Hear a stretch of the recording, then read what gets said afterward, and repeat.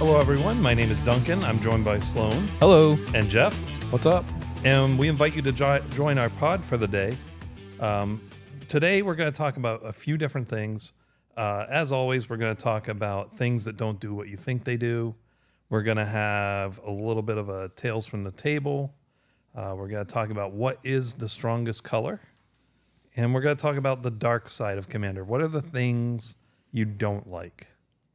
So, to get started, do we have anybody who has Tales from the Table? Yeah, I got one actually on this very rare occasion where all three of us got to play a game together. A couple weekends ago, we were at the... and it didn't used to be so rare. Yeah. It's just been recently. Yeah. More recently, but we went up to the shop up north in Sarasota. I believe Dark Side Comics is the name. And we met a gentleman there by the name of Mike, and he was coming back to Magic. Well, so we sat down and played this game with Mike. It was a 4-pod. It was us three plus this gentleman. And we had a game where Jeff was pretty much about to win it. He had Dragon Lord Dramoka out, who doesn't allow people to interact on his turn. And so no one could cast any spells to stop anything. And he was swinging out. I believe he was playing Dragon. Well, Mike had Gisela out, who deals double, all permanents and opponents take double damage. And he and all his permanents take half damage. And so when Jeff swung, he blocked with Giselle, who also has first strike, killing Dragon Lord Dramoka. And that was the key, the first strike, which I didn't take into account. Right. I don't think any of us even thought of it because Giselle is a 5/5, so she deals 10 damage on first strike. And so then that opened up the field for us to try to stop Jeff from winning because he was swinging out and there was, he was really ahead with the game. And so we were able to cast spells. Well, Duncan had a permanent out that said whenever an opponent casts a spell, he then gets to copy it for free. So I cast a fog. Well, we also had out the spell, and it's the red enchantment, and I had it right before I started talking, but it's when you put a spell on the stack, you don't get that spell. Yeah, whoever casts that spell, you have to... So I doubly thought I was protected. Right. Not only did I have Dramoka, but whatever they try to cast, because I know you have fogs, you're not going to get it. But there's a second interaction where the spell's going to be doubled. So right, and because the doubling of the spell, the copying of the spell is on the cast trigger. But just because we started explaining it, the right. enchantment was whenever you cast a spell, you don't get that spell. It goes on the stack. You reveal cards from the top of your library, so you reveal a card that has the same type, and you get that spell instead for free. Right. So I had to do that, but because of his other enchantment Duncan had, he still got the copy because it was on the cast of the fog. So he got the fog off, and then I hit destroy creatures. Which I also got. Which he also got because, again, whenever you cast it. So we ended up wiping out Jeff's board with this really weird interaction, all because Mike was able to block with the first strike who deal double damage without being able to deal double damage via double strike just because Jeff's permanents took double damage. And because of that first strike, it allowed him to kill Dramoka, and then before the second strike, we were able to interact. Yeah, it was a really weird and interesting interaction that I don't think I've ever seen. It was a really good play by Mike, first of all. Yeah. To see that angle. And then also, this is the fun of casual. Like, we weren't playing sweaty, right? So had I been like, oh, let me take my time and look at every single angle and every single thing, we would have missed that opportunity for this really awesome play. So my bad play, it allowed for this really cool thing. And Mike's play at that time to see that was key and see the out. And he didn't know what the out completely was. He was like, I can do something. Can you do something right now? Right. And it was just very cool because not only did Mike get to interact, but then Sloan got to interact. Right. And then Duncan got to interact, and then I got to get destroyed.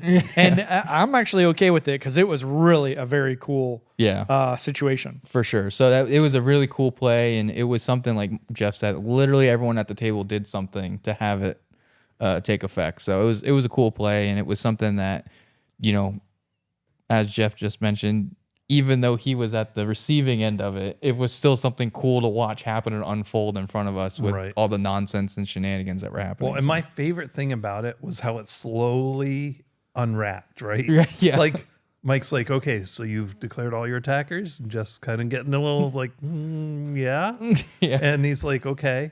And then he goes, well, I block with Gisela, and Just like, wait, what? No, and that didn't matter. It was the first strike. Wait, but at first that you're was just the like, key. At first you thought he was tapped out. That was the only creature he had untapped, I believe. Yeah, because he only had it was the only flyer he had. That's And what he it was. had That's what to, it was. well, and he had to block the Dragon or he was going to die. Right, because But he so was he taking chose to block someone who was different, and that's when I was like, wait, what? And Something's because I going on think here. Dragon Lord Dromoka also has a 7 butt, if I remember.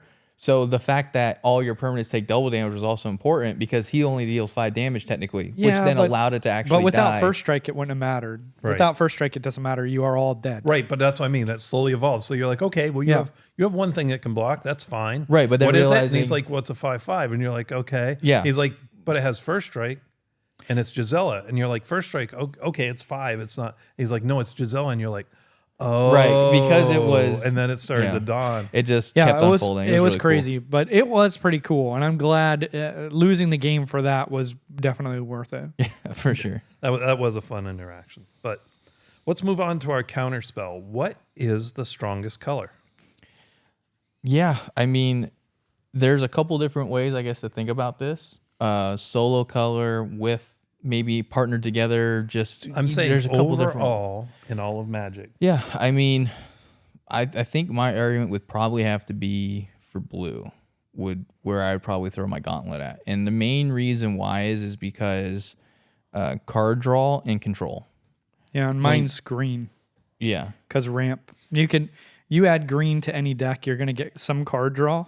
But as we talked about last time, a lot of colors have card draw. But they're starting to. The one thing that no one can touch is green's ramp. Now, red can kind of do it with some certain cards, but there's not enough of them, right? It's like you might hit. Well, and black can do it with sacrifice effects. Or Sure, but certain- again, you gotta It's all sort of get to that. Yeah, it's temporary compared to green, And, which is and permanent. black with cabal coffers and stuff can do that again. It's amazing if you get to those certain cards. But green, you can lay out 6 2-drops well, that are just disgusting. I'm with Sloan. I think blue is the strongest color for the reason that now it has no ramp, but no matter what any other color is doing, blue has the ability to stop it. Yeah, but And it has the card draw to refill. so your let's hand. say let's say you're working with the color white, right? And you're like, I want to add another color. So you go, do I want to add blue or do I want to add green? That's where it's at for me. And I go, okay, yeah, blue can interact, but white doesn't have terrible interaction. If you do white, which can destroy creatures, right, and exile them a lot of times, and then you have green that can take care of enchantments and other things, okay, I'm doing all right on interaction. Yeah, I can't necessarily stop it, although white does have some options now with like reprieve. Yeah. But I've just added ramp that no one else can touch. See, but And you're I can do that with from- any color. But you're coming from the point of I don't like stacks because white and blue is stacks, which is no one gets to do anything. So that's the thing is the white green that you're saying, yeah, you have ramp, but if someone's white blue, you're not getting to do anything anyways. Well, in a 4-person game, right? Mm-hmm. It's very hard for the blue player to stop my ramp, the green ramp, because you're gonna spend your counter spell to deal with a 2-mana card. You normally are not.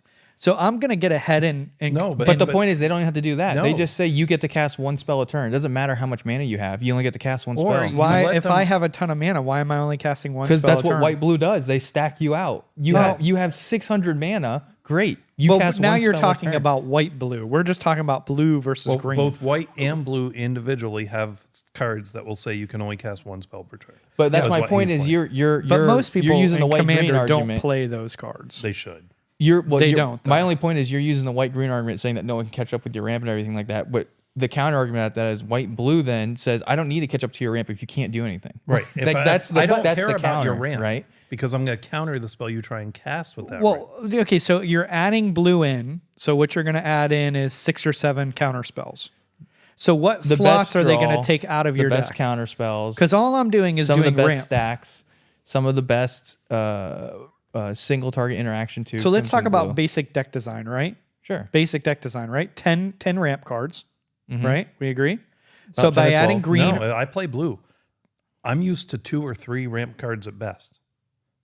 with mono blue. Yeah. I But play a if you lot of play in mono your blue. other decks, I'm saying, so I'm used in your to that. multicolored decks, how much ramp are you playing? Probably Unless 10. it's green, no. I don't. I mean, unless you count. You're not mana playing rocks. mana rocks. I know you. If Those you're- are mana that's rocks, ramp. yeah, sure. That's ramp. Are you Okay. playing 10 ramp? Maybe. Probably around 10. Maybe. Interaction, right? So some people go heavier board wipes or heavier single target removal. You're probably playing about 10 No. total. You're Counter talking to me. spells counted. Counter spells count as Yeah, interaction. you're talking to me. My I mean, if you're 80% playing- of my deck is interaction. Yeah, if you're playing blue, you're so putting you have a at least lot 10, more. right? Yeah, at least 10. Okay, and maybe more. Do you agree? I mean, I would say 10 if you're blue, or 10 a lot or more. more? Yeah, 10 or more easily. Okay, so Usually with blue. when you add blue, you're basically changing out how much interaction you have. You're adding a little bit more counterspell, and you're replacing, let's say, a sword to plowshares with counterspell or something, right? If you're upgrading, or maybe you're replacing a. I wouldn't replace any removal stuff. I would add more removal. So you're gonna, instead of having 10, now you're gonna add blue, and you're gonna have 16. I think somebody who chooses white blue is probably planning on, like I said, 80% removal, 20% going towards. I'm saying, what if it's not white blue? What if it's black blue or green blue? When you add blue, you guys are upping your interaction with blue. Yes. So you're taking away other cards from your deck that help you do what that deck is designed to do, is what you guys are saying. But most times, if blue's in there, that is part of what it does. That's how it wins. Is my win con is not letting you do what you want to do. Well, now you're talking about a blue deck. You're not talking about adding blue. I am talking any about adding deck blue. that has And blue, when that's you why you start have blue. adding blue, the reason why you're adding blue is because you want more control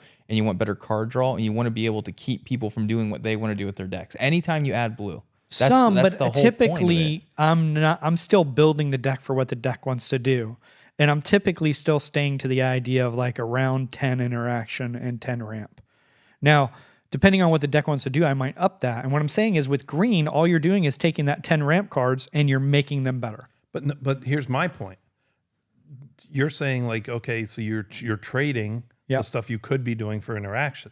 Yes. Your ramp is now irrelevant when I counter the spell that you wanted to cast. With that. If you needed a Dragon Lord Dramoka or the Dragon or something that costs a lot of mana, I need one card to undo all those 6 cards you did to get there. If it works. 2, if you have the counter spell, because there's 3 other players, there's a lot of ifs, and there's a lot of times you don't have the counter spell.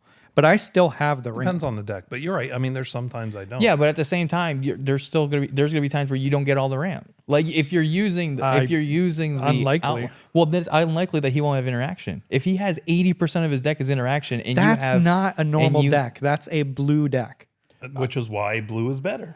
What I'm saying is that when you add blue to a deck, the amount of interaction, generally speaking, goes up because you now have better options to interact with when you add blue to that deck. Just like you're saying, your ramp goes up more or it becomes better because you're now adding green. So my point is, if you're going to use outliers, there's going to be times that you don't get your ramp cards. There's going to be times that he won't have counters.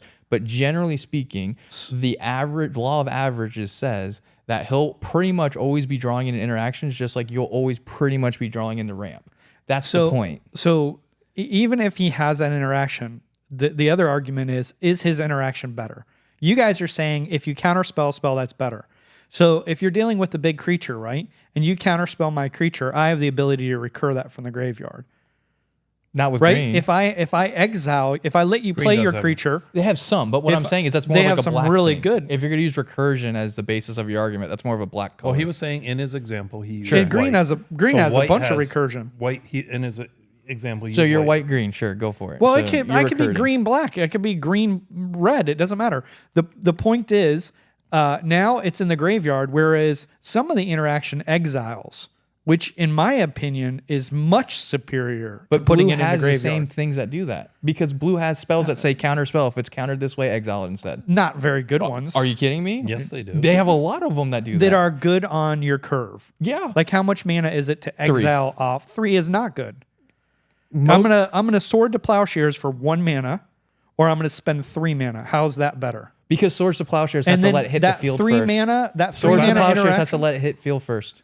And is it any card, Yeah, or is it any just card. instants and sorceries? Like we got look up the card that says it exiles. Whenever you counter target spell, if it would be put into the graveyard, exile it instead. Okay. So how many others are there? A bunch. There's a ton of them in blue. Yeah, there is a bunch. There's a bunch of them. And blue has free counter spells. And they're 3 mana each. So that's not always better. Yeah, sure, that's not always better. But again, the difference with Swords of Plowshares is it has to hit the field first. And so if it's my turn and I have something that says, yeah, and I don't care about giving him life. But furthermore, if I have something, let's say I have Dragon Lord Dromoka, and you can't counter it, I hits the field. Swords of Plowshares doesn't do anything. One, you no longer can cast anything on my turn, right? So the interaction right there is immediately turned off by that card. The other thing is too, again, that you're still not taking into account is, like Duncan said, how many ramp spells did you have to spend to get to the point where you could cast that card compared to his one card he's now casting to stop it? I guess we'll have to agree to disagree, because I think ramp is superior in that. I also think green has lots of card draw. That's the other thing. Like the other place you would argue is card draw. Blue has really good card draw. Blue is better. Green has insane card draw Study too. alone outdoes every single bit of card draw that green has. That's true. I don't know about that, man. You've got what is the enchantment where whenever you play a creature, you draw a card. There's like 15 of them. Okay, so I just drew a card off your creature too. No. And I drew a card off the card you said that whenever you draw. Not if I pay 2, because I've ramped. I have plenty of mana. I'm in green. I can pay your 2. You're casting less spells, and I'm still. And actually, isn't it Heuristic Study? It's 1. It's not even 2. It's 1. It's just 1. Yeah. Yeah, I can pay 1. Okay, but that over the course of your how turn. many times now that we've been playing, because we know how to play now, how many times does Heuristic Study not do much? Now it does. People, I'm almost pulling it out of decks because people do not pay the 1. No, but here's the problem: you're not. Or people pay the of. 1. Sorry. Over the course of your turn, with all your ramp, right? Yeah. How many spells are you casting a turn on average? 2? Maybe 2 or 3. 2 or 3. Okay, so you just paid an extra 2 for those 2 spells. Now you can't cast the third. Maybe, yeah. But on 2 spells it's 2. Yeah. Oh yeah. And by the way, even if I think green is the best, blue is a close second. I just think the card draw on green is insane. It's just blue gross. Has Mystic Remora is just the second card that I will point out is better than any card because nobody pays 4. Nobody how many times do you play Mystic Remora and people just don't play into it, and then you don't pay the upkeep? That happens a lot. Oh, I always pay it. Now, where blue I think has a big advantage is I'm instantly gonna draw 6 or 7 cards right now. That's where I think blue has a huge advantage over green. Green doesn't have too many that are good at that. Like they have the 1 card for I think it's 4 mana and you draw 3, but mostly that's unplayable these days. But I think blue's a close second. I think my personal choice is green first. And my other point would be, not only does blue have better card draw, blue has ways to stop your static effects and your triggered effects. And okay, I just stifled your cost me 1 mana. I just stifled your card draw. Sure. And also, they steal your. One, yes, the other thing too. You cast a 7-drop creature on their turn. Okay, I'm just gonna take your creature and own it. Let's talk about where the other colors are too. So you guys are blue. I'm green. What's your second? Blue. What's your second color? I mean, I think white actually is my second color. I think white as a partnered color is definitely the strongest. I think it's one of the strongest pairing colors, especially recently, because of the fact, like you said, like they have great exile removal that's cheap with Swords of Plowshares and Path to Exile. Mm-hmm. I mean, those are the top 2 removals I think in Magic. Period. They're very good. Yeah, whenever it comes to removal, that's what you're going for. Now, and they have the best board wipes too. Yeah, and overall, they have some of the best board wipes between Destroy and Exile. And now they have really good draw. They're really do. There. I mean, they're getting there. Pairs, Esper Sentinel. Oh, I love Esper Sentinel. I mean, just those 2 cards alone have brought the card draw in white just over the top. And then when you can add the 1 ring on top of it, you can have all the. Here's the one thing I will say about white though is, and the reason why I think it's only going to be good if you're talking about pairing it with a color, which is why I still don't think it makes my top 3. And the reason why is because even some of the stuff that you just mentioned is even limited. So for example, Esper Sentinel, only the first spell. Yep. And it's only on most each of the time, person's turn. Right, but most of the time though, no one's pumping up their Esper Sentinel. Which is crazy. I don't know why they don't. Right. So it only costs you 1 to not let them draw. So most people are like, okay, I'll pay 1 time and then I'll cast. But that's also why they don't remove it. Right. Esper Sentinel sticks around a lot better than Heuristic Study. Now, I will say the Esper Sentinel that's in my soldier deck, however, because he is a soldier, it's more of like, are you going to pay 5 for that?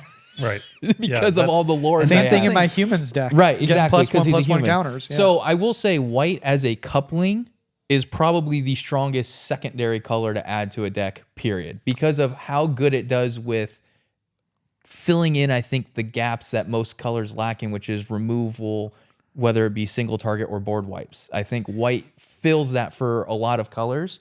So I would say as a coupling, yes. I think white's the strongest secondary color you can add to a deck. I think the actual like overall rounded, it would be pretty close between black and green for me. And the reason why is partially what you said.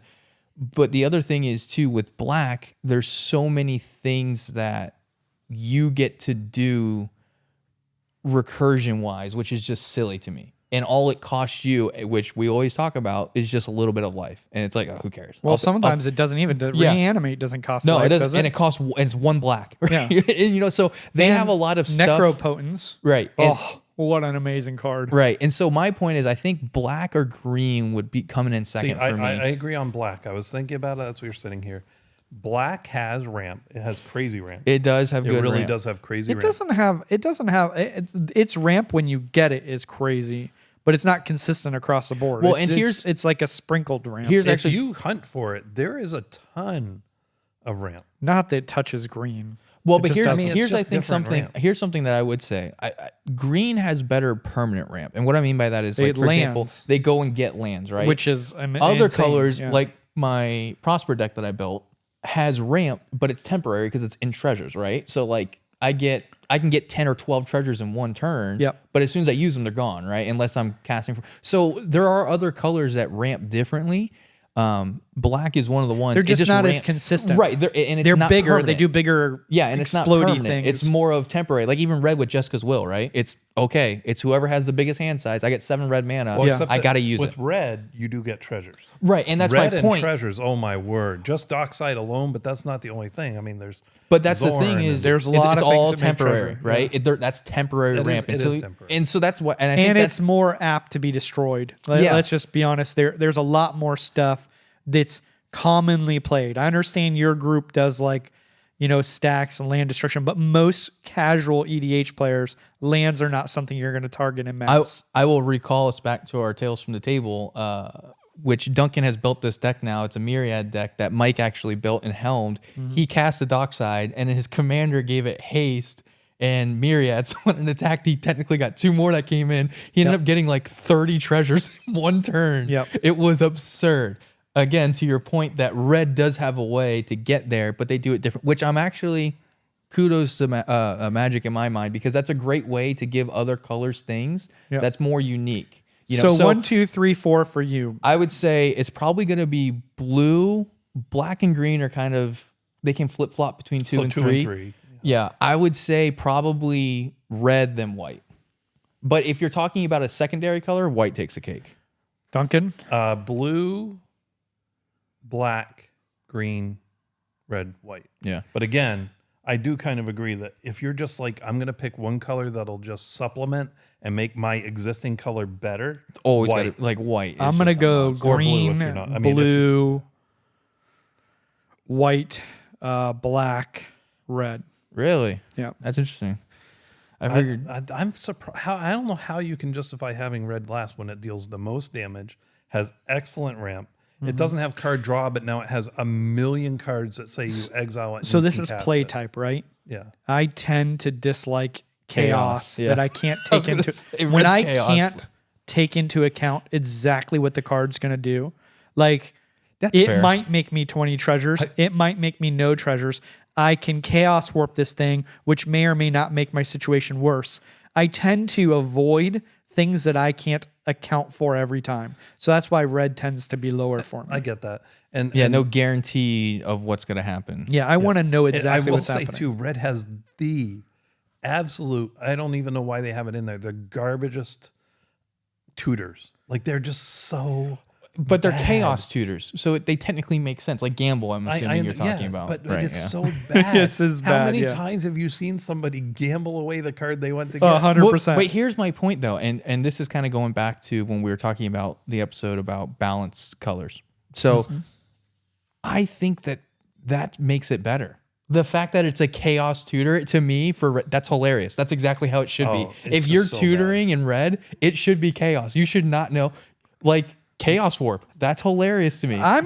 You're risking it for the biscuit. Okay, so I'm actually pretty surprised red is not higher for him, because if you think about his decks, almost all of them have red.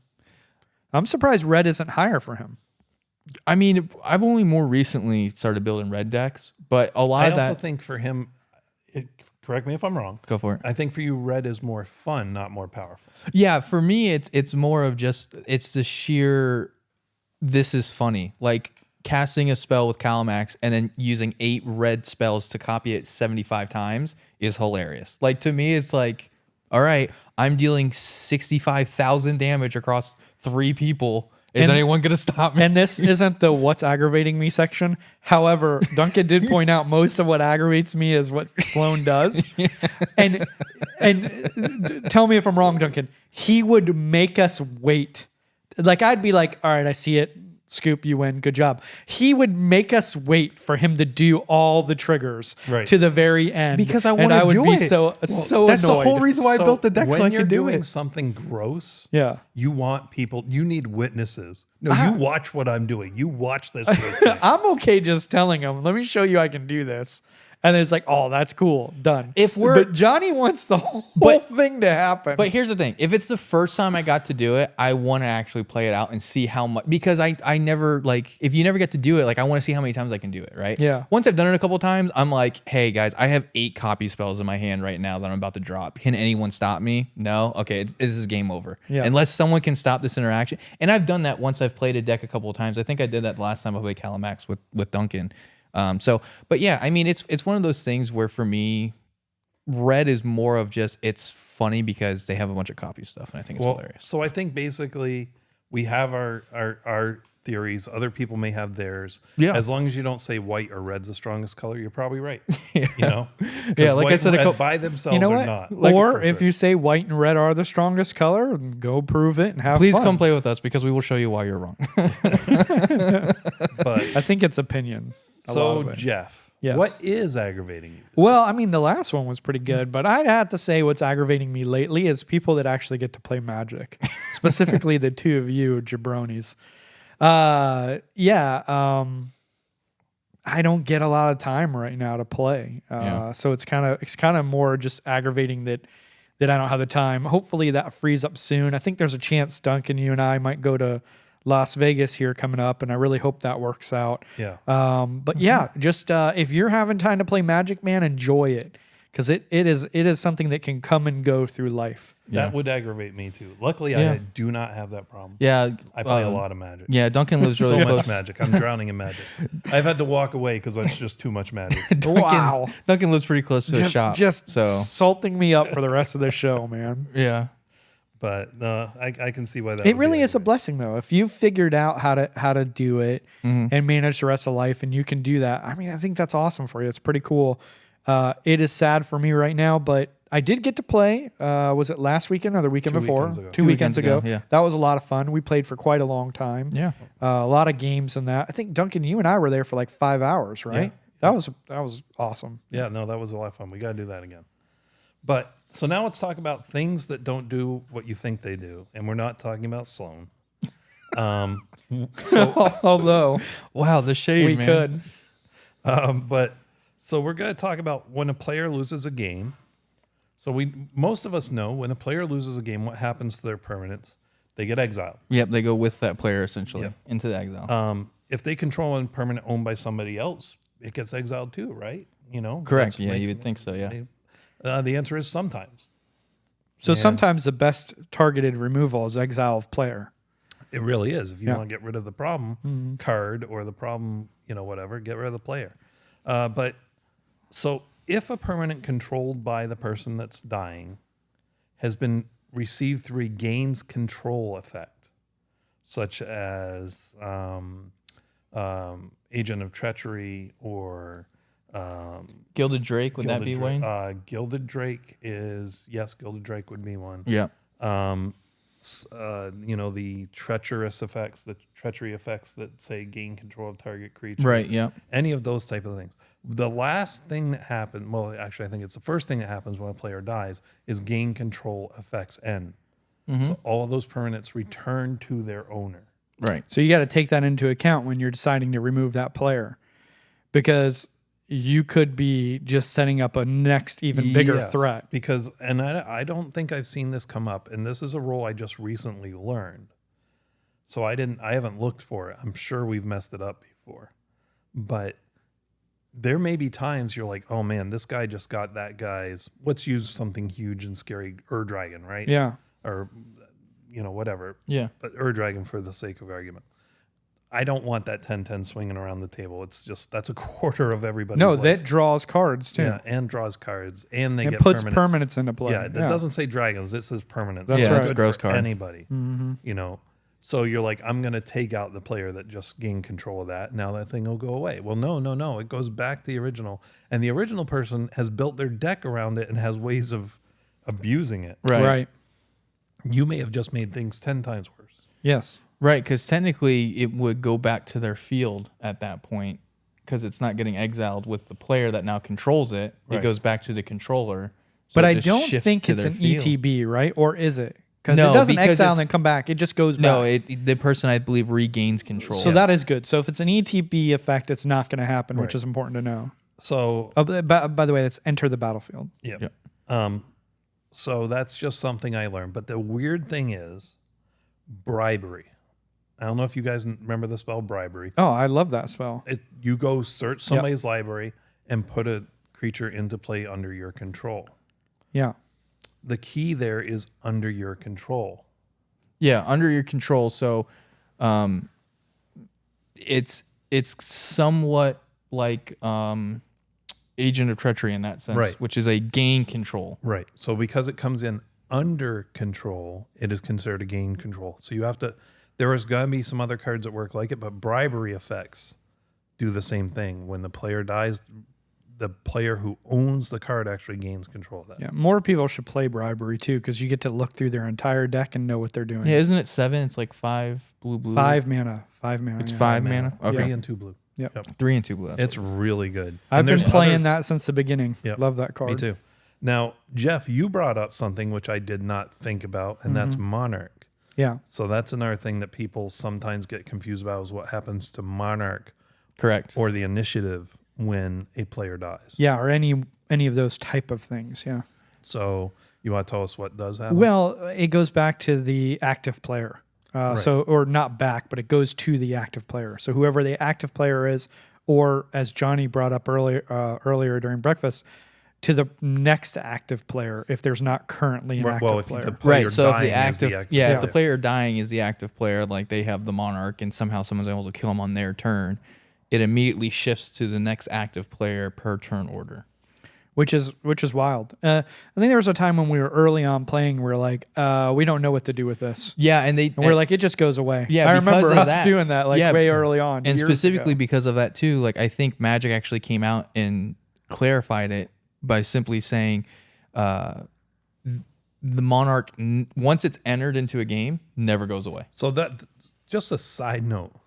Well, actually, I'll talk about this in a minute, but there's things like that, not Monarch being one of them, that I don't like, because once they're brought into the game, they're really annoying. Oh, We'll get to that in a I minute. know what you're about We'll to get talk to yeah, about. yeah. We'll Night and day. Night and Day Oh. being the biggest one, yeah. But Yes. anyway, we'll get to that in a minute. Yeah. Because I'm going to bring that up. I'm going to add that. I hadn't Okay. thought of that when we And did playgrounds or something. It's not playgrounds. What are they called? Planes. attractions. Attractions. Well, Oh, that's the doesn't- unset. that doesn't have anything that keeps going if the player who had them No, died. but they're annoying. Yeah, okay.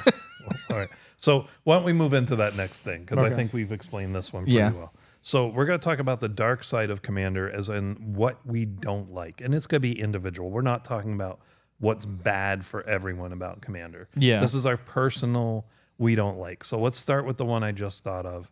Things that come into the game that you didn't want there and you can't get rid of. Yeah, Like Night and Day. Yeah. Space Bellerin is another one where it divides the board into quadrants. Oh. I don't know if you guys have ever had to deal with that, but once that's brought in, you have to keep figuring out what quadrant things are in. No, that's if someone played that, I'd scoop. I don't even know what it does, So but things just that your some- description of it is aggravating me. But things that people bring into the game that you didn't want and you don't want, including and you can't get rid of. themselves. So like, remember, we've told you guys before, choose better friends. Right. Yeah. Right. Like the thing that could be the dark side of the game is your own friends if you're not careful. Right. So that's one that I had not thought of before just now, but that is definitely going on my list of things that I feel like are the dark side of Commander. I do not want it. Keep it away from. Well, and I think part of the reason why is if the reason why the day-night one specifically is the most annoying is if they only have one card that has anything to do with it, and you have to keep keeping track of it. And it's like, as soon as that person dies, I'm like, guys, does anyone have anything that's going to do with it? No, great, it's gone. Like, I'm not keeping track of it anymore. That person who introduced it, and they're the only one that had interaction with it, with their one card, they're dead. Or I'm Choose not doing better it. friends. Yeah, Again, I'm not doing it. Guys, Right. we're not keeping track anymore. It's ridiculous. There's no reason to. Now, realistically, once the cards are gone that care, there's no reason to keep track. Right, but the problem technically- is there may be somebody else has a card or that same That's card. right. If they're not dead, they still have another card that Right. may care later on. And if you weren't accurately keeping track, and that's something people get lost on is things like that. Like you should be keeping your cards in your graveyard in the order that they're in. Right, Because there are technically. cards that care. Yeah, there are cards that technically care And about graveyard I think order. we have all been guilty of going through our graveyard and kind of going through. yeah, them. but you know, I It's feel never like come that's up to the other person to be like, hey, before we start this game, everybody should know it is important that you don't mess with your graveyard. Yeah, keep But cards that in kind order. of goes with that for me, things like that make things that should be easy hard. Yeah. I mean, honestly, a lot of times, how many times have we been playing and we're like, oh crap, I turned my card sideways for exile. Some of them turn back the other ways. Which one of my cards are exiled versus graveyard? That stuff I see happen all the time too. And most people are like, whatever. Here's Not what's that big of a aggravating deal. me is when you have a land in exile, Uh-huh. and usually for me, exile is the bottom of my board, bottom corner below my deck, then my discard, then my. Mine's on the and- place on my and placemat that says exile. When I get a ton of lands all of a sudden, like somebody plays like a Path of Discovery or Yeah. one of those cards where Oh, they all the- mix in with your lands. Yeah, now I have this. Okay. Was that mine? Wait, is that Yeah. exile? Like it gets lost But sometimes. casual. Yeah, You know, get a better playmat, man. Get one But- that has it but- all laid out for you. Moving on, extra turn spells for me are a big thing that takes away from my fun. Yeah. If you play an extra turn spell and then you win, awesome. That is the correct use. If you take an extra turn spell and then dirtle and then chain in an extra turn spell and then dirtle and cast something that gives you 2 more extra turns, I'm walking away. which is funny because you play chaos, which is mine. I hate chaos. And the cards that you play that are chaos literally make the game take a lot longer. Because every card you play, now you don't get that card. You got to pick a card from the top of your deck or from other group of cards or other group of cards. And then that card doesn't count either because you've added another one. And now I pick from a group and then I pick from the top of my deck. And then every single time I got to keep track of all this Yeah, stuff. but my cards don't keep you from being able to play the game and like hogging the turn for me. My cards are the same for everybody. It's not, I'm going to take a million turns. You sit there and wait. I mean, I guess, but I'm not really getting to play the cards I want, I though, mean, am I? I'm going to counter that point. They're all in your deck. because You should want them all. They're like your children. Some of them aren't Love in them my deck, equally. though. Some of them I have to pick from cards in the middle. Hold on, I do have to counter this because there was a game where Jeff took almost literally an hour turn because of your stupid card. But yes, but that was not my fault. It was that two- was no, Jodsey's fault. It was No, two that was stupid your cards. fault. It wasn't Jazzy. This was when he played his enchantment deck. Yeah, it and was you had that enchantments. stupid thing out, and every single time he cast an enchantment spell, he got to draw a card and then gain a life and then add a mana. But then he didn't cast it. He had to then cascade into a different one, which then drew a card. Added. It was like it literally took an hour. It was more than an hour, Yeah, I think. like that one turn, and then he ended up with 700 permanents in a 100-card deck. Don't know how that happens, but he did. And we're sitting there like, "Are you done yet?" He goes like, "I don't know. Like, am I?"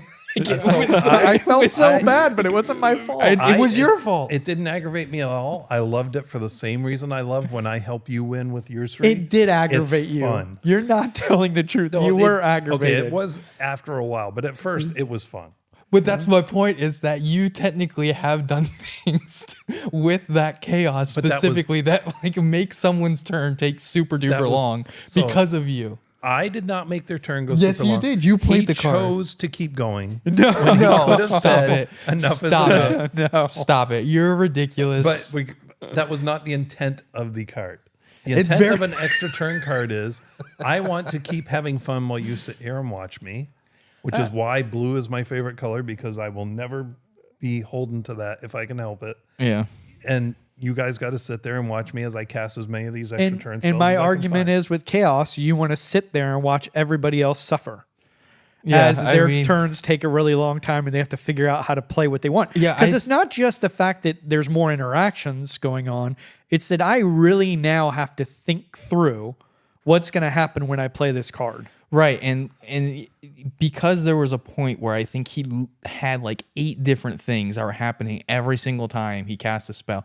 Like, it was the most ridiculous thing I've ever seen. Like, that was the worst. Absurd. That was the worst case scenario for that card, which is the same one we were talking about earlier. By the way, I did win with an insane amount of permanence. Is it Paradoxical Outcome? Is that the name of the card? It's a red. All I know is it's a mono red enchantment, and I think it's either 2 red or 3 red.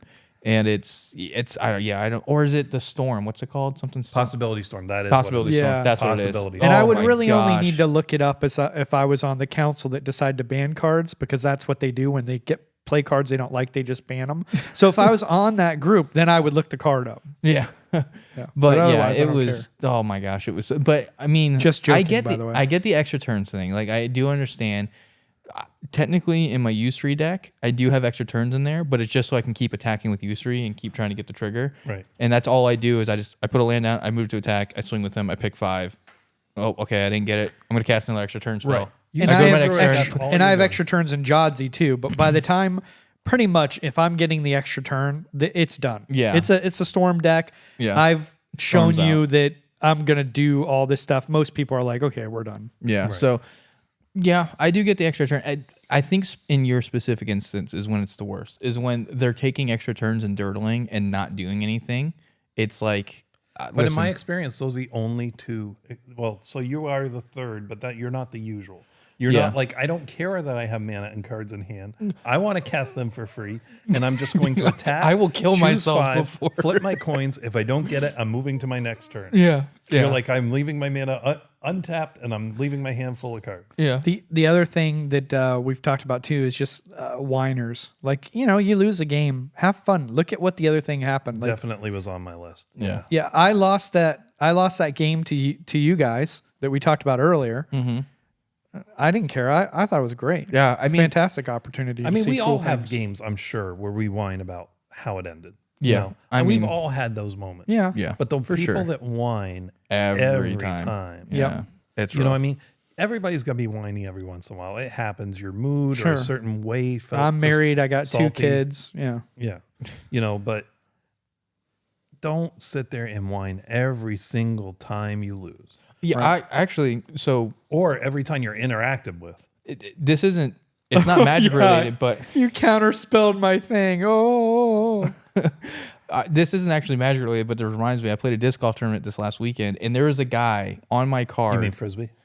Sure, if that makes you feel better.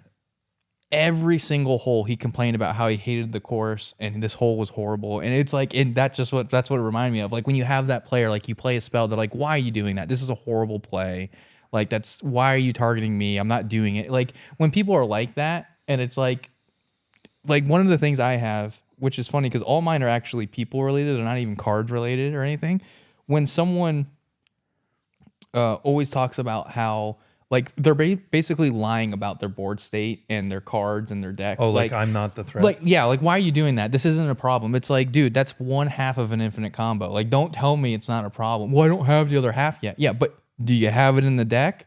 Well, maybe. Oh, yeah. So it's a problem as soon as the other half comes in, right? Like that one's very common, right? Too. And very like common. For me, like the thing that's really aggravating is when people are blatantly just lying about I'm not the threat, or you're targeting the wrong person, or they're trying. It's like, dude, like I mean, stop it. There's a little bit of that in politics, trying to shift attention from you to somebody else. I'm not upset about that, right? If you're like, hey, like maybe target this because this is potentially a little bit more of a threat or what have you. But like when someone's blatantly like they have a Ristic study, let's say they're playing like blue-black, right? And they have a Ristic study and what's the half of the infinite life thing? Exsanguinate and Sanguine bond. bond. Sanguine bond, right? Bond, and I can't Oh, remember. and it's not exsanguinate. It's Exsanguinate's the spell you cast. It's the other one. exquisite blood. Yes. Exquisite blood. Yeah, right. So let's say they have one of those out. They have a risk 6 study, and they have enough mana up to do like a cyclonic rift. It's like, okay, I need to interact with you and deal with some of your stuff. Ooh, why? I'm not doing it. It's like, dude, stop. Like, Yeah. I just cast Blightsteel. What's the problem? yeah, like, well, okay, yeah, that's cool. Like, super fun, man. Like, appreciate it. But yeah, I'm gonna target you. I'm sorry. Like, well, it's like, come on, stop. Like, everyone can see your board state. I It's not wasn't even going close. to use it that way. Right? Yeah. Yeah. Okay. So like, I the biggest wasn't one, going to attack you. to Fairy Master of Time, the one that you can use at instant speed on Yes. everybody's turn, right? Yeah. It can phase out creatures, but it has the ultimate is extra turns, right? So number one, I hate that At ultimate. 2 extra turns. I Yeah, think. 2 extra. I think I hate the ultimate to begin Right. with. Oh, But it's very dangerous. hard to get It's to, a though. dangerous thing to see 2 extra turns possible. So you are going to do everything in your power to keep that thing off the board or to get rid of it. Yeah. Right. And And when here- people are like, "No, I was just going to use it for card draw. I wasn't going." No, Yeah, on everyone else's turn. Well, here's a really interesting thing too is with that. See, people are going to have opinions. So like I hear Duncan do that, I would disagree. I'd say it's not to me. I wouldn't care that much if they're doing that because phasing out a creature is a negative. I think it's -2 actually. -3.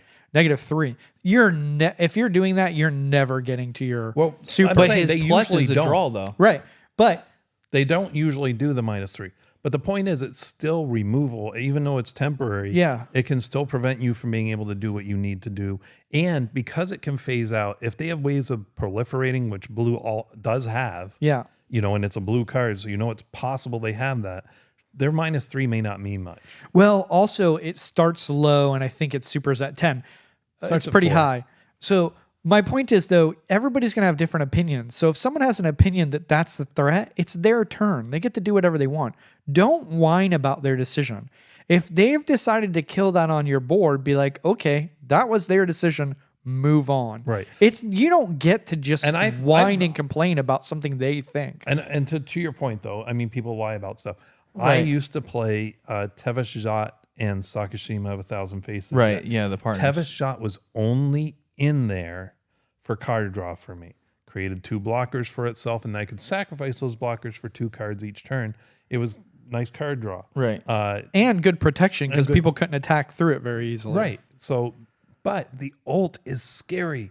Gain control of all players' commanders from their hand, Yep. the graveyard, command zone, Yeah. the board. Like, I think it's all those. If not, it's Yeah, most it's of those. it's almost all of them. Yeah, it's pretty crazy. So I got it when people were like, I got to take that out right away. I'm like, you know what? I only have it in here for the draw, but I do understand. Go right ahead. Yeah. yeah, That's what because you feel is because even necessary. though you only have it in there for a draw, if you look down, you're like, oh well, would you look at that? I'm high enough now. Yeah. like it's like putting the piece of candy on the table in front of the kid, and he just takes one step closer every time you look away. You look back. Eventually, even though he may not really want the candy, once he gets to the candy, he's probably gonna eat the candy. Yeah. Right. So I mean, yeah. So mine is it's not so much of like people like trying to politic their way out of decisions because that happens. And if everyone's at an equal board state, great. My point is that when someone's like blatantly just lying about their board state Yeah. and they're trying to like defer like they're not the issue, it's like stop it. Are Like, you sure they're always you're being- lying? I think sometimes there's probably room for they're just wrong too. Well, but like for example, if people might not someone's upset that understand why they're the threat. if someone's upset, yeah, if someone doesn't understand that they're the threat when they drop a smothering tide on turn 2 and I decide to blow it up on my next turn, and they're trying to argue with me that it's not that bad, like stop it. You're being silly.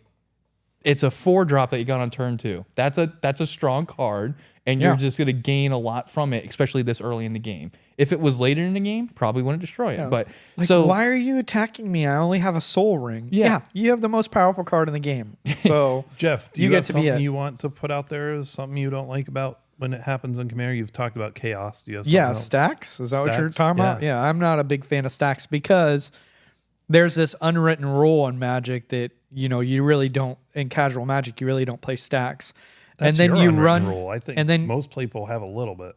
a little bit Because but Ristic Study is stacks. You're making Well, people pay. Smothering Tithe is stacks. I Anything don't- where you're trying to force people to pay is stacks. Mr. it's from, tax. Stacks. I don't know if I necessarily agree with that, but let's just say we agree with that thing that I'd say those I don't care about.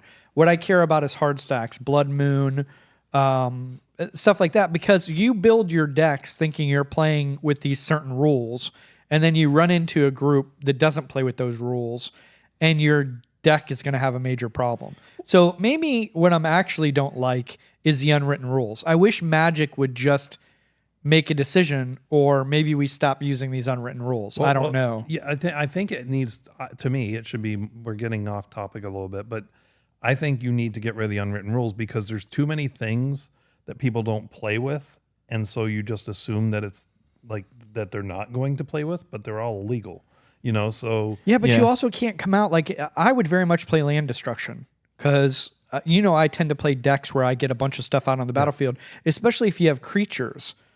Because then you just destroy everybody's lands and I kill you with my creatures, right? So I definitely would play land destruction if it was allowed. But the reality is maybe in a certain group it'd be okay. But as soon as I go to any other group and do that, I'd make everybody be angry at me. So I will tell you, in the beginning, I had a lot of problem with land destruction. Now that I've experienced it a little bit and seen that for most people, like there are decks that are built around like, Apocalypse type effects over and over. Armageddon, sorry, not Apocalypse. Over and over type effects that just wipe out the lands. Yeah. Those I definitely would agree with. I don't like.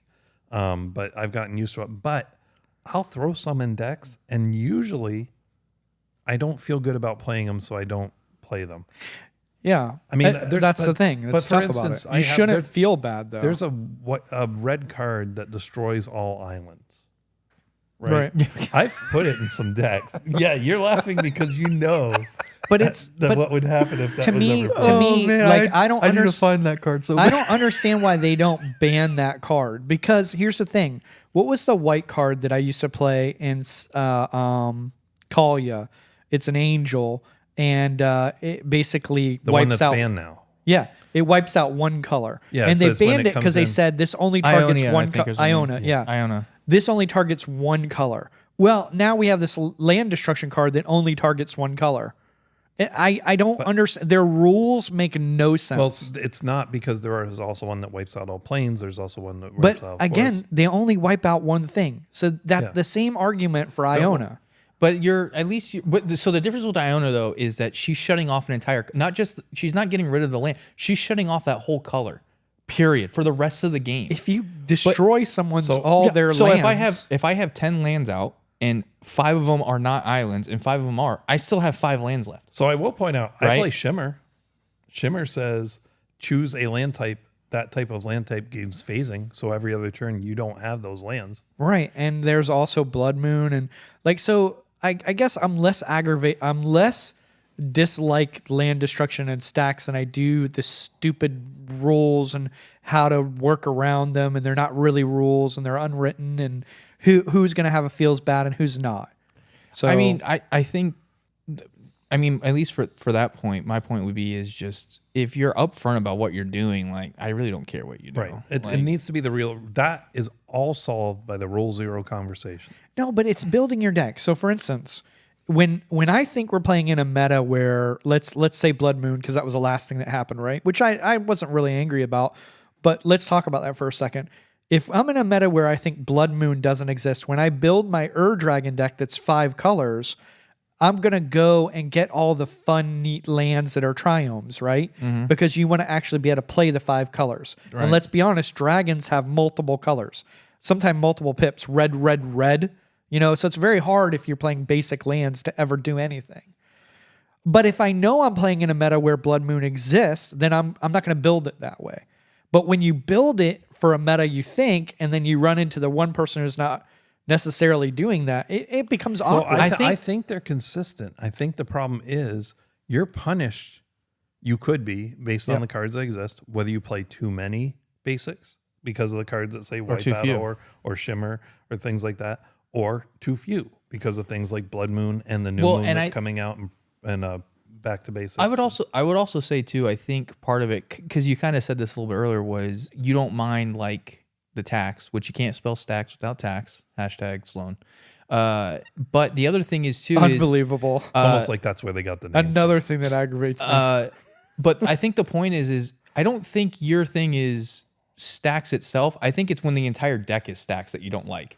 True. Like individual pieces, like for example, if he had just a Blood Moon in his deck, it's 1 of 99. Like you're not going to see it every game. However, if he had an entire stacks deck, you're seeing stacks the whole game.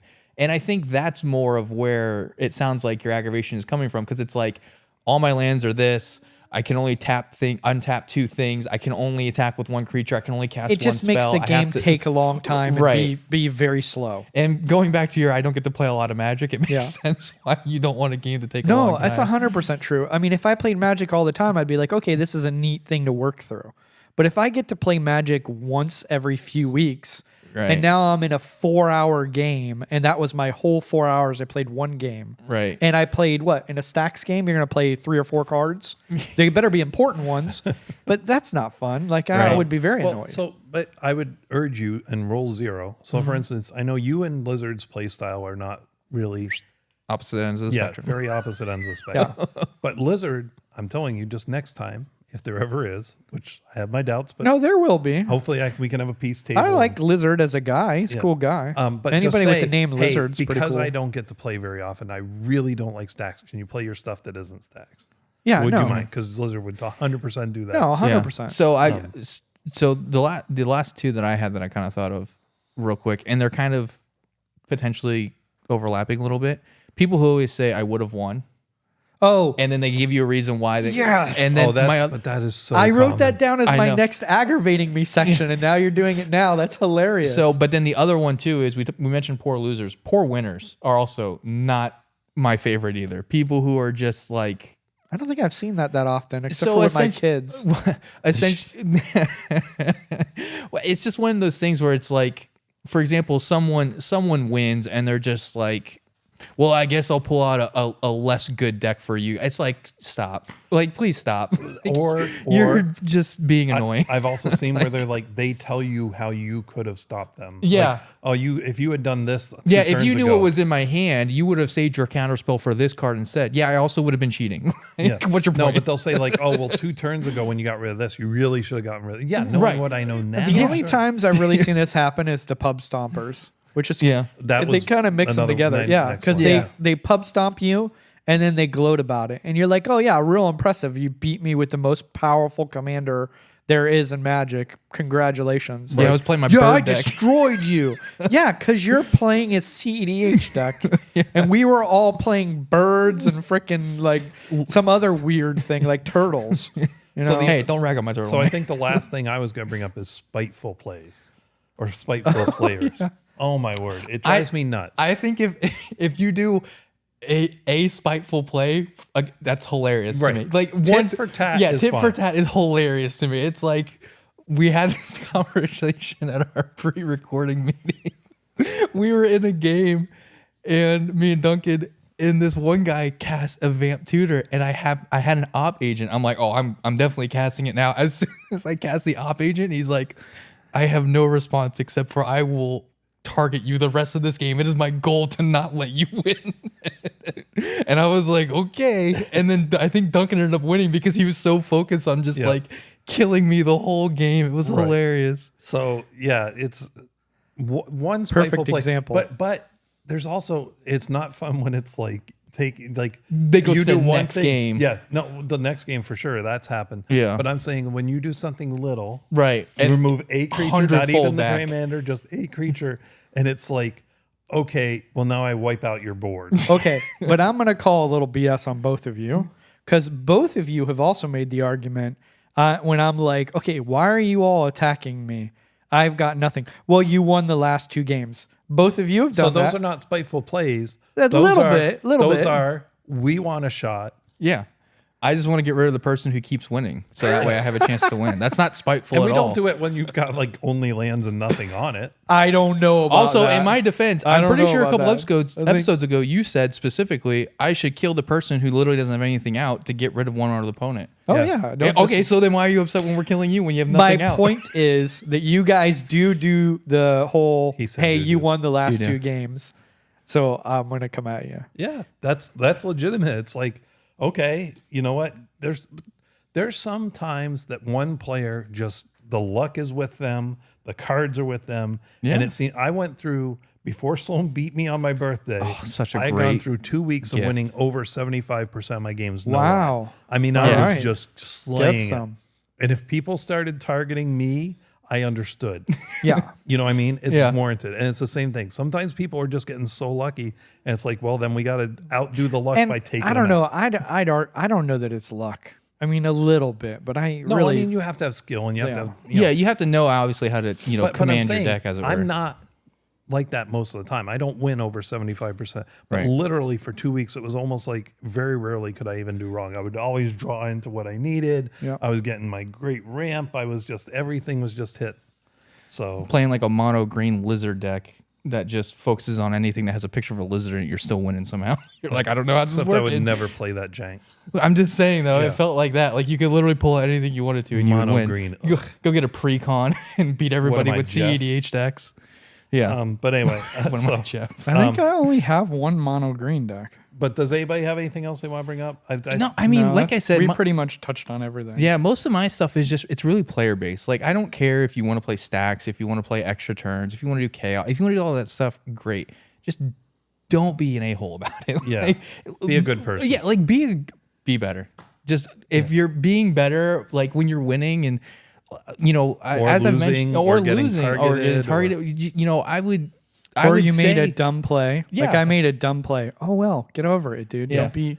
I mean, an I instant will speed add scoop. one thing. Instant I speed saw you scoopers. starting it. Yeah, no, but Oh, man. and sometimes it's warranted, and it's warranted when somebody's taking 7 extra turns. You know what? Normally I can't interact. This time I am. I'm out. Yeah. Then it's warranted. But for the most part, instant speed scooping is never not rude. You know what I mean? It's usually It's in never not response. offensive. Yeah. Yeah. So I mean, I would just say most of my stuff is just how people are actually playing. And, And stuff what like I would that. say is, so I guess my caveat is, if you have to instant speed scoop to get out of a game that is just absolutely no fun, give a warning. Hey, you've taken 2 extra turns. If you're going to continue doing this, I'm going to get out. Yeah. Don't just be like, as soon as you cast the Yeah, as extra soon as they turn- Well, target something. I think you could also say, is it okay if I just give you the game at this point? Would you be all right with that? And they're like, well, there's no. 2 other players If that they're have a like, say. well, but you can ask, and everybody's like, no, we need to let this play out. I think you ought to just sit there and let it play out. I'd rather... or just pull- to your Look, point, if you have don't get to play rules- much Magic. I know. If you have rules, though, stick to those rules. It's a character thing for me. Like, if you say don't instant scoop, you shouldn't instant scoop. Don't go and break your own rule. You know For what I'm you, it saying? should be easy. You have 75 decks. Just go start another pod with Well, one of your for other instance, decks while that guy's taking 8 I extra don't turns. think I've ever had a turn. Like I said, what I do is I say, hey, this is just not fun. Mm-hmm. If this is the way it's going to go, I'm going to get out. I've never had somebody say even anything as mild as I wish you wouldn't. Yeah, Nobody has no. ever- If they're okay it- with it, perfectly yeah. fine. Yeah, and that's my point. You just Yeah. ask Announce permission. Don't your do it without them intention, saying it's But okay. don't just scoop in response because you didn't like it. Or Because there have been times you I remember one specific early on where you played that chaos deck and I didn't like it during the game. I think it was Norin the Weary, and then Yeah. you had all the, and afterwards I just said, hey, do me a favor, please don't. I don't want to play that deck again. Right. But I didn't scoop in the thing. We played the whole game. Right, yeah. Yeah. All 7.5 hours of But it. I think there are instances, and the reason the rule exists that you can scoop is because there's instances where staying in the game might mean 2 more hours of you really not having fun. Right. And not doing anything. Yeah. Yeah. So I do think there are times it's warranted. If you cannot make it to your next turn before you scoop, just announce your intentions. Make sure people are okay with it. Don't be, like as Sloan has said, an a-hole about it. Yeah, I mean, And- it's and just try and keep other people's game in mind too. You're not having fun, but they probably are. And most people, if they're going to play 7, they're fine with just saying, hey, we all agree you win. Can Yeah. we play another Yeah. game? And that happens a lot. But Yeah. so Sloan, have you got any pro tips for the beginners? Yeah, so kind of touching in on what we were talking about with the, that doesn't do what you think it does, taking people's permanents and such. When you take someone's permanents, be mindful of who they belong to and where they go back at the end of the game, because I am guilty of this, and I've started kind of a new system because I do have a deck that steals lands from people out of their deck, where you kind of just because the games go longer, you kind of just scoop everything up and you start shuffling your deck to get ready for the next one. And if your card sleeves are a little too close together, you might not remember that there's someone else's cards. Luckily, most of the time we all have different color sleeves, so it's not that big of an issue. You flip them over and you see whose is whose almost immediately. But sometimes when you don't, so just be mindful of whose stuff you're taking. Try to figure out a way to remember who it goes to. Also, make sure they're okay with you having it on your side of the board and touching it. There have been times too where I tell people, I said, "Hey, I'm going to take control of that. If you want to, you can keep it over there, but just kind of turn it and face it towards me so you know it's mine and it's not yours. I have it on my side of the board." And then for the land stealing deck, I started actually just making individual piles for those people's lands. So, player 1's land is this stack, player 2 lands is this stack, player 3 lands is this stack, and they're all in their own piles. And I keep them all off to the side, separated, so that way I remember these aren't mine. So just be mindful of other people's stuff. Again, people's cards are expensive too, so you don't want to steal people's cards and tap them and bend them and kind of, be rough with them. If it's your $300 50 or take them home. If it's your $400 jeweled lotus and you want to bend it in half and pretend it's a Pac-Man, go for it. It's yours. But however, don't No, just do please that to don't. Don't do that. don't do that to Don't other do that in people's front stuff. of me. I'll give you a proxy. You give me that one. We're good. But just be mindful of when you're taking other people's stuff, who it goes back to, remembering that it is other people's things, and just make sure you're treating it with as much care as humanly possible if they are allowing you to take it onto your side of the field to use it. So just be prepared to, if you are going to start playing those kinds of decks, which are becoming more and more prevalent, it seems like, stealing people's permanents and stealing people's spells and all other good stuff. Just be mindful of whose stuff you're taking, Right. And so you remember also trying to need get it back to be to 'em. mindful that some people aren't going to be okay with that. Right. Some people, like you said, their cards are very expensive. and they're like, "Yeah, no, I'm not going to let you touch this." So what you but- can do is you can have. Are you going to talk about what you can do instead? Yeah, you just use a proxy. They have Yeah, the cards infinity that are tokens. copies Yep. or infinity tokens. Right. There's lots of different ways you can use a card face down to represent it and just Yep. put that one out in the middle. Yeah, of and the you can table, even so- tell them, "Hey, just flip that one over, and then I'll make a little handwritten infinity token proxy, and so we know it's over here. And Well, that I way, if wouldn't you ever say- get it back, I'd say you put flip it out back. in the middle so I can still read it. So Yeah. you can refer to it. Yeah, text. if there is text on it that's needed, yeah. I think you give it to him. Say, write all the text on this card. Then So let me give you an example of this. Just happened the other day. There was one player that is playing a lot of those decks because there is a lot of things that do that now. Especially recently. And the first game went, no issues, gained control of some stuff, gave them back at the end. Second game it happens. This player starts eating a bag of Cheetos, Oh, licking their fingers, nope. and then wants to, and we're like, nope, you are not touching my cards. Thank Yeah. you anyway. They're like, well, I was only eating Cheetos and licking with this hand, not with this. I don't care. Yeah. I don't care. And Lizard had a story once about a guy who was sitting there eating, just watching a game, and then he was eating potato chips, and he coughed, and Oh, yeah, it all went all over the table. no. That guy had to No. leave the building because people were Extremely angry. mad. Yeah. But so yeah, just in right. general, be mindful. But especially if you're playing game control type effects, Yeah. be mindful of other people's stuff. So I like that. So we're gonna wrap it up for today. Everybody, thank you for listening. Thank you- Patreon. yeah, thank you, Jack May at Info Pilgrims for editing. Really appreciate all the hard work you do. Yes, sir. You really care for us quite well. You can email us at cast@commanderspod.com if you want to get in touch with us. You can head to our Patreon at patreon.com/commanderspod. You can check out our website at commanderspod.com. And please, can we go back? Just kill Andrew first. I don't it's know, a good Duncan. thing. We're a good making thing. we're making an argument Based for on what you just did last time we played, I'm still on Kill Duncan first. Yeah, I second it. Sorry, Duncan. Okay, well, so I'm gonna reinsert something here. Just the last thing, guys. Real fun story. So sometimes my son comes with me to the game shop and he'll play video games and watch a little bit and play with Pokemon cards and stuff. And he loves it. And this time his friend came with him. So they're there. His friend. Now I had told his friend nothing about the Kill Andrew First, and I guess I haven't explained maybe to the audience. The Kill Andrew First thing is because he's such a good value player. He used to be a judge. He's a very good player. He Right. builds Very good decks. knowledgeable. On the wall, I have put up a poster of Andrew In the local that shop. says, "Remember, kids, when playing Magic, kill Andrew first." So my son's friend saw that. I didn't realize he had seen it, and he comes up to the table and blah blah blah. And I mentioned Andrew, And he goes, oh, remember, kids, when playing Magic, kill Andrew first. Amazing. And so Andrew has become world famous. I want to continue this. So kill Andrew first. But anyway, they're going to kill me first, but you guys kill Andrew first. Thanks, everybody.